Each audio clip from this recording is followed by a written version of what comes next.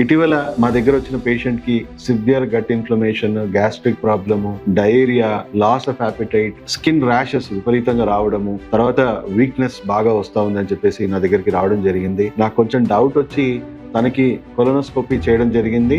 చూడండి పైన వీడియోలో తనకి ఏ విధంగా ఆ పారాసైట్స్, ఇంటెస్టైనల్ పారాసైట్స్ అనేవి రింగ్ వామ్ కానీ రకరకాల టేప్ వామ్ ఇలాంటి ఎన్నో వామ్స్ మన ఇంటెస్టైన్స్ లో రెగ్యులర్ గా పుడతా ఉంటాయి. ఎందుకంటే ఇవాళ రేపు మనం తింటున్న ఫుడ్ అంతా కూడా టాక్సిక్ ఫుడ్స్ అండి. మనం తింటున్న వెజిటేబుల్స్ కానీ, మనం తింటున్న ఫ్రూట్స్ కానీ, వీటిలో ఎన్నో రకాల పారాసైట్స్ మన బాడీలో వెళ్తూ ఉంటాయి ఫ్రీక్వెంట్ గా. వీటి వల్ల మనం తింటున్న ఆహారంలో ఉన్న వైటల్ న్యూట్రియంట్స్ అన్ని కూడా ఇవే ఎక్కువ కన్జ్యూమ్ చేయడము, దానివల్ల మీకు ఇంటెస్టైన్స్ లో ఇన్ఫెక్షన్స్, ఈవెన్ ఇది మెల్లిమెల్లిగా లివర్ లోకి వెళ్ళిపోయి లివర్ లో కూడా కొన్ని సంవత్సరాలు ఉండిపోయే అవకాశం కూడా ఉంది. మీ లివర్ కూడా సివియర్ ఇన్ఫెక్షన్, లివర్ కూడా చాలా కాంప్లికేషన్స్ వచ్చే అవకాశం ఉందండి. నా దగ్గర ఏ హెల్త్ కండిషన్ తో వచ్చా వాళ్ళకి గట్ డిటాక్సిఫికేషన్ అనేది ఒక మస్ట్ థెరపీగా మేము కంపల్సరీ ఇవ్వడం జరుగుతుంది.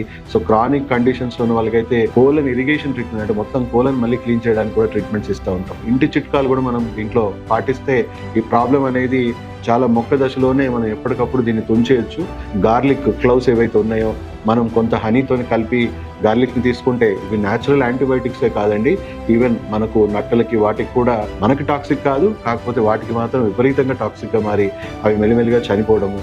తర్వాత అప్పుడప్పుడు వేపాకు నమిలి తినడము, అప్పుడప్పుడు మనం అజ్వైన్ని తినడము, లేదంటే ఇన్ఫ్యూజ్ చేసి నైట్ పెట్టేసి మార్నింగ్ వాటర్ తాగేయడం కానీ, లేకపోతే పపాయ సీడ్స్ కానీ, పంకిన్ సీడ్స్ కానీ, పపాయ జ్యూస్ కూడా కొంతవరకు మనకి ఇంటెస్టైనల్ వామ్స్ ని ఎప్పటికప్పుడు లోపల చంపేస్తుంది అండ్ పడేస్తూ ఉంటుంది మన ఇంటెస్టైన్స్ నుంచి.